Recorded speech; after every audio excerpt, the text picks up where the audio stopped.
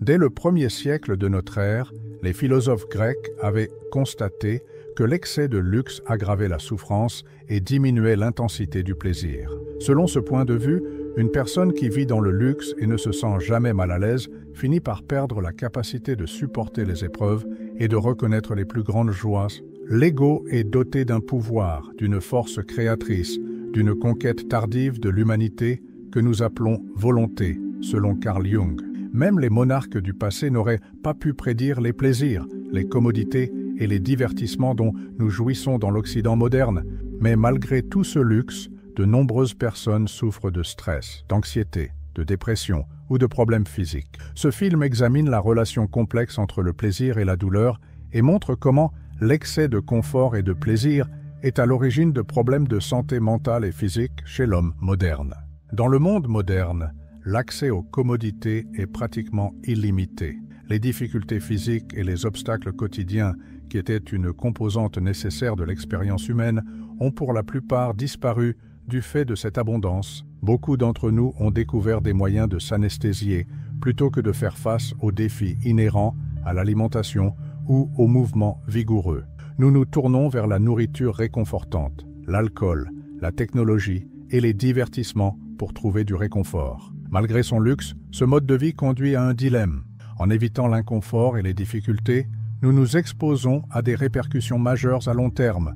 Les problèmes de santé physique et mentale, notamment l'obésité, l'anxiété et la dépression, sont le résultat d'une vie trop confortable.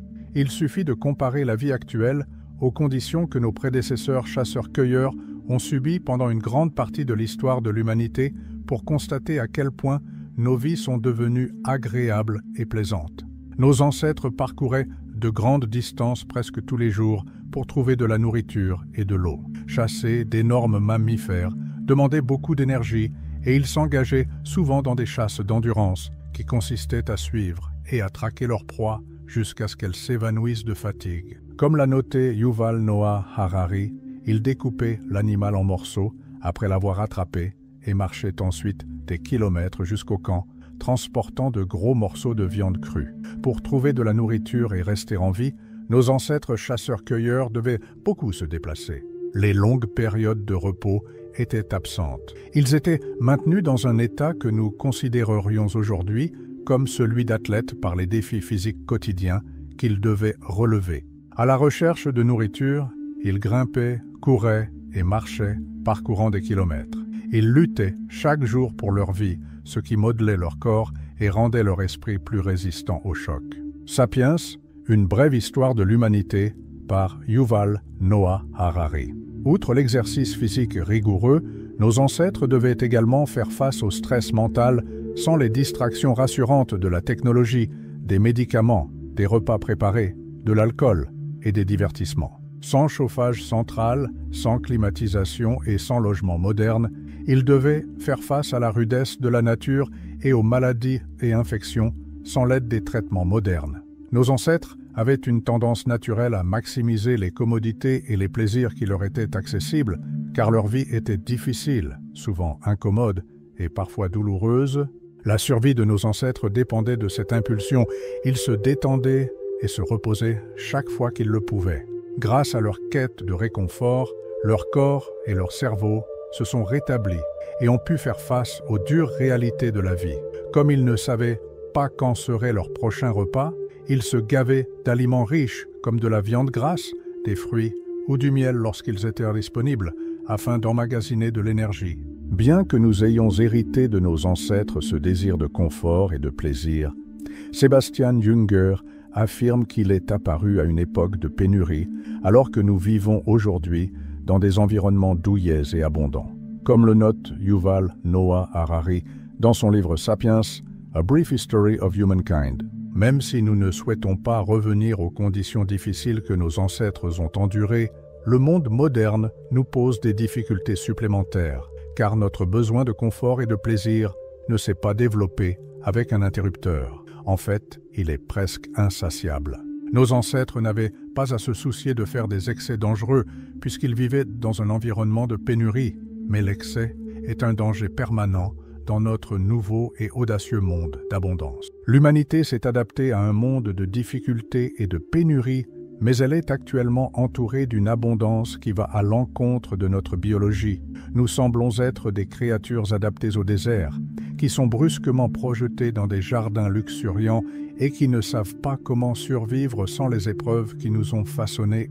Jared Diamond, l'expansion constante de ce que nous jugeons s'approprier en termes de commodité, est l'un des risques découlant de la lutte entre notre besoin insatiable de confort et un monde plein de commodités. Ce qui était confortable auparavant devient inadéquat dès qu'une nouvelle facilité est introduite, car nous nous y adaptons rapidement. Ce processus élève la barre de ce que nous considérons comme confortable au fil du temps, créant une boucle vicieuse dans laquelle ce qui est confortable aujourd'hui devient inconfortable demain.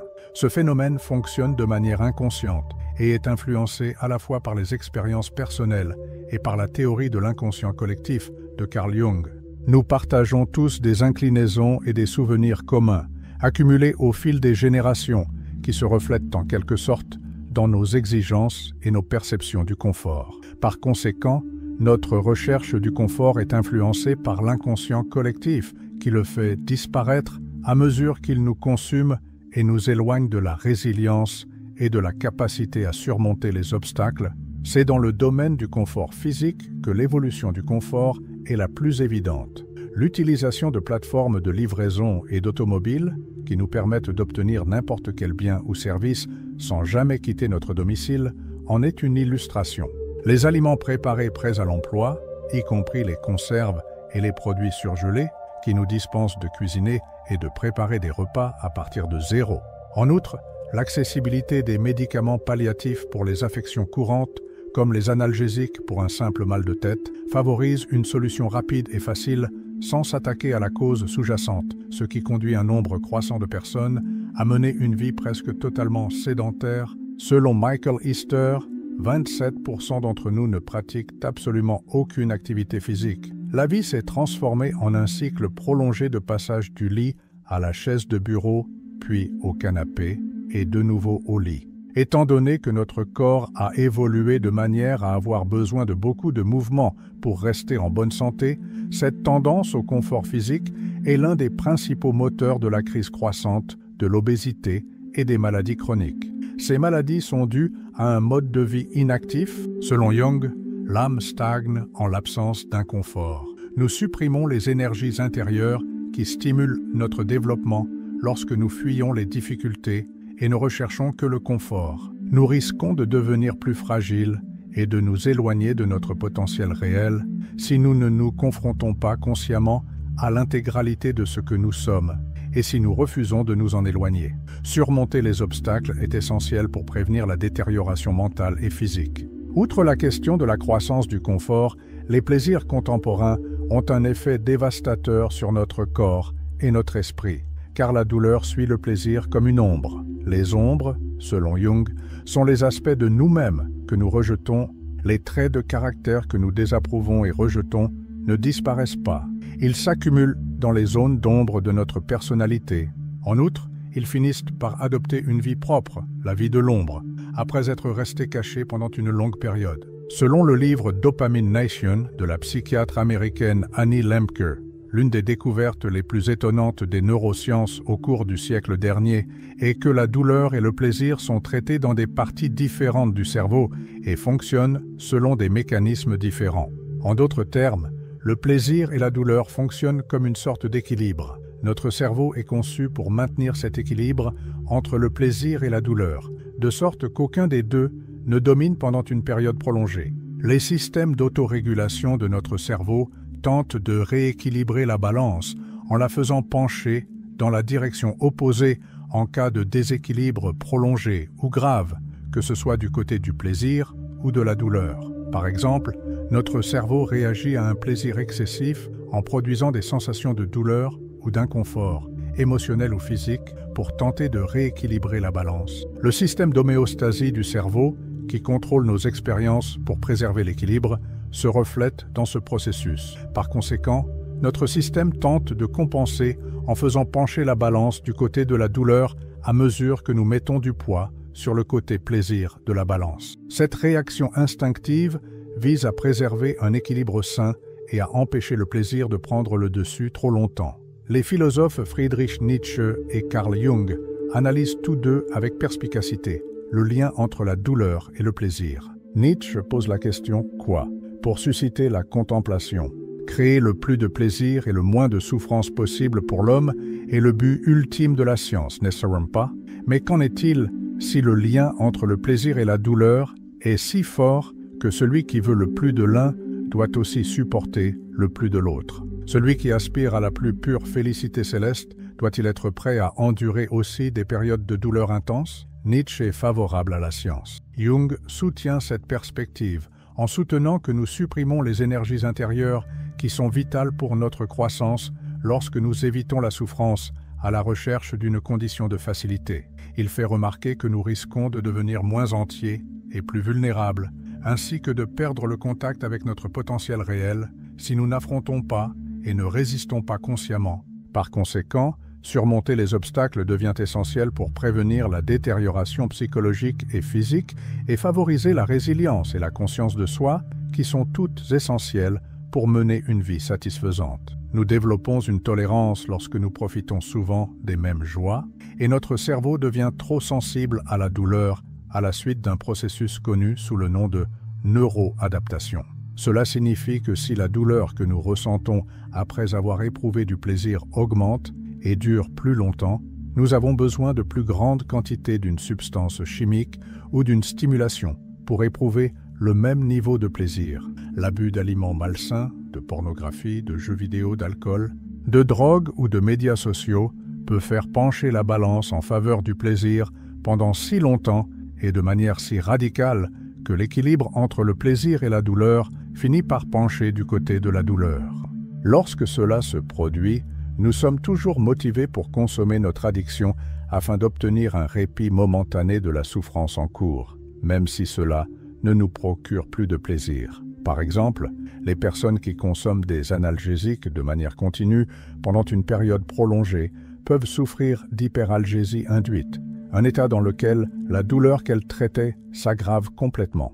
Cela est dû au fait qu'une exposition prolongée fait pencher la balance plaisir-douleur du cerveau du côté de la douleur. Ce phénomène s'explique par la réaction du système nerveux central, qui vise à compenser une trop grande stimulation en créant un état dans lequel la douleur est intensifiée. Il est évident que cela est vrai pour tous les passe-temps agréables ou les drogues que nous consommons à l'excès. Le paradoxe est que l'anédonie, ou l'incapacité à éprouver un quelconque plaisir, résulte de l'hédonisme, ou de la recherche du plaisir pour lui-même. Paradoxalement, la douleur résulte de la recherche constante du plaisir et de l'évitement de la douleur. Nous commençons à suivre de manière obsessionnelle nos habitudes de consommation pour tenter de nous sentir normaux et de retrouver l'équilibre lorsque la balance interne penche du côté de la douleur. La bonne nouvelle, c'est que l'abstinence peut inverser l'agonie chronique causée par les excès. Si vous êtes arrivé jusqu'ici, j'aimerais vous demander d'aimer cette vidéo, car cela aide vraiment à diffuser ce message à un plus grand nombre de personnes. Et maintenant, j'aimerais savoir ce que vous en pensez. Comment voyez-vous la relation entre le confort, le plaisir et les défis dans votre vie? Pensez-vous que nous devenons plus fragiles face à trop de confort? Dites-le moi dans les commentaires. Des études cliniques démontrent que la capacité à apprécier les petits plaisirs de la vie, ceux qui ne font pas trop pencher la balance en faveur du plaisir et empêchent l'impact rebond de la douleur, peut être retrouvée après 4 semaines d'abstinence, des stimuli excessifs qui conduisent à l'addiction. L'abstinence est donc le premier pas vers la guérison.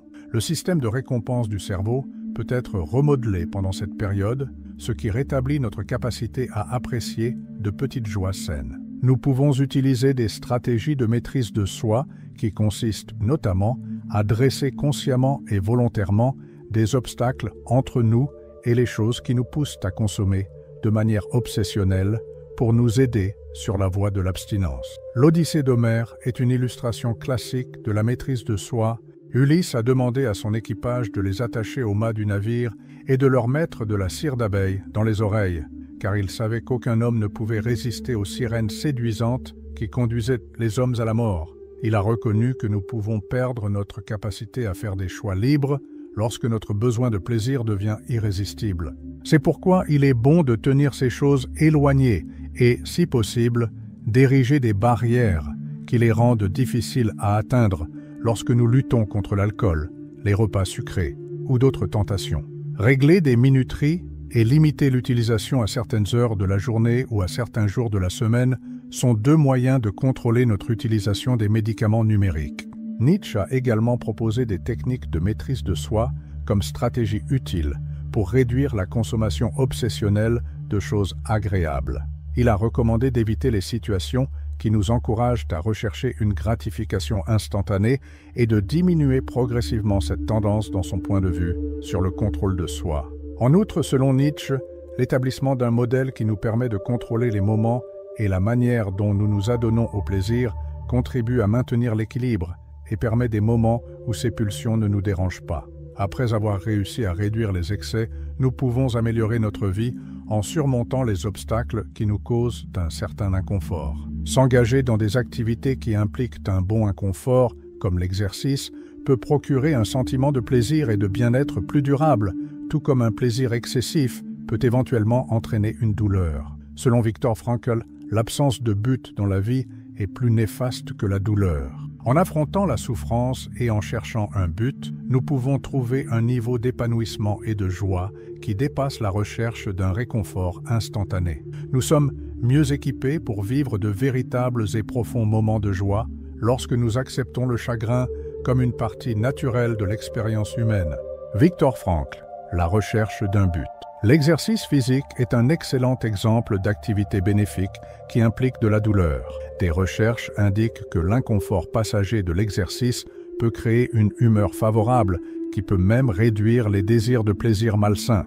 Antonio Damasio affirme que notre capacité à prendre des décisions est fortement influencée par nos émotions. À l'instar des sens que nous éprouvons pendant l'exercice, la douleur et l'inconfort jouent un rôle crucial en influençant notre perception du monde et notre comportement, nous incitant à éviter les activités nuisibles et à poursuivre celles qui améliorent notre bien-être. En outre, les situations difficiles, comme l'immersion dans l'eau froide, peuvent déclencher des processus hormonaux qui élèvent notre humeur et renforcent notre force émotionnelle. Relever des défis difficiles impliquant un stress mental, émotionnel ou physique, ou se fixer des objectifs élevés et travailler dur chaque jour pour les atteindre, peut également faire momentanément pencher la balance en faveur d'une souffrance qui nous rend plus heureux, en meilleure santé et plus à même d'éprouver du plaisir. Nous pensons pour porter un jugement ou prendre une décision. Lorsque nous ressentons, c'est pour donner à nos actions une signification personnelle. Carl Jung, Diogène le cynique, philosophe du IVe siècle avant J.P.C., pensait que la recherche consciente de l'inconfort était nécessaire pour mener une vie heureuse. Il était connu pour ses comportements étranges qui allaient à l'encontre des normes sociales, comme dormir dehors dans un tonneau et marcher pieds nus en hiver. Diogène pensait que la liberté et l'indépendance réelle ne pouvaient être atteintes qu'en menant une vie simple et sans luxe. Cette opinion se reflète dans l'une de ses citations les plus connues: « Le plus appartient à celui qui a le moins ». Il soutenait que l'homme devenait plus fort et plus authentique lorsqu'il se libérait de la poursuite sans fin du confort et du plaisir. « Je jette le bonheur parce que c'est un lourd fardeau », ajoutait Diogène. Il pensait que l'accomplissement ultime provenait de l'abandon des plaisirs du monde et de la découverte de la profondeur dans la souffrance, la persévérance et la simplicité. La philosophie de Diogène démontre le lien étroit qui existe entre le fait de surmonter l'inconfort et d'atteindre un niveau de force et d'équilibre, en dépit du fait que de nombreuses personnes, à son époque, pensaient qu'il était fou. Son point de vue, qui souligne que l'acceptation et la recherche délibérée de défis peuvent conduire à une vie plus robuste et plus épanouie, est toujours d'actualité. L'endoctrinement sociétal qui crée des croyances limitatives entraîne des cicatrices émotionnelles et alimente des ombres dans notre monde d'abondance, où la recherche effrénée du confort et du plaisir paralyse les esprits et les corps. Il serait prudent de s'inspirer des exemples donnés ici et de rendre volontairement notre vie plus difficile afin de briser ce schéma. En faisant l'expérience de l'inconfort, nous pouvons devenir plus forts, redécouvrir notre véritable potentiel et trouver une joie plus authentique et plus durable. L'esprit complète le développement de tout ce qui est nouveau, mais l'instinct d'un besoin humain l'éveille. L'esprit créatif travaille sur ce qui le passionne. Comme Nietzsche, Carl Jung a souligné que je suis plus fort lorsque je ne meurs pas. Il pensait que pour grandir et se dépasser, il faut endurer le chagrin et la souffrance. Selon Nietzsche, accepter l'inconfort et surmonter courageusement les épreuves permet non seulement de développer son caractère, mais aussi d'éprouver une joie plus grande et plus durable. Nous devons accepter les choses avant de pouvoir les changer. La condamnation opprime au lieu de libérer. Carl Jung. Dans sa philosophie, l'idée d'accepter la douleur comme un aspect naturel de l'existence humaine est renforcée par le concept d'amor fati, ou d'aimer son propre destin avec toutes ses difficultés et ses épreuves. La douleur est un élément nécessaire de la vie. Trouver un but à la douleur est un élément nécessaire de la survie. Si vous êtes arrivé jusqu'ici, vous avez déjà fait un grand pas pour comprendre comment la modération et le fait de relever des défis peuvent transformer votre vie. Profitez de cet apprentissage pour réfléchir et agir. Oh, et n'oubliez pas, si ce contenu vous a aidé d'une manière ou d'une autre, aimez la vidéo. Cela fait toute la différence pour la chaîne. Et si vous la partagiez avec quelqu'un qui, selon vous, a besoin d'entendre ce message, ensemble, nous pouvons diffuser des idées qui changent vraiment la vie.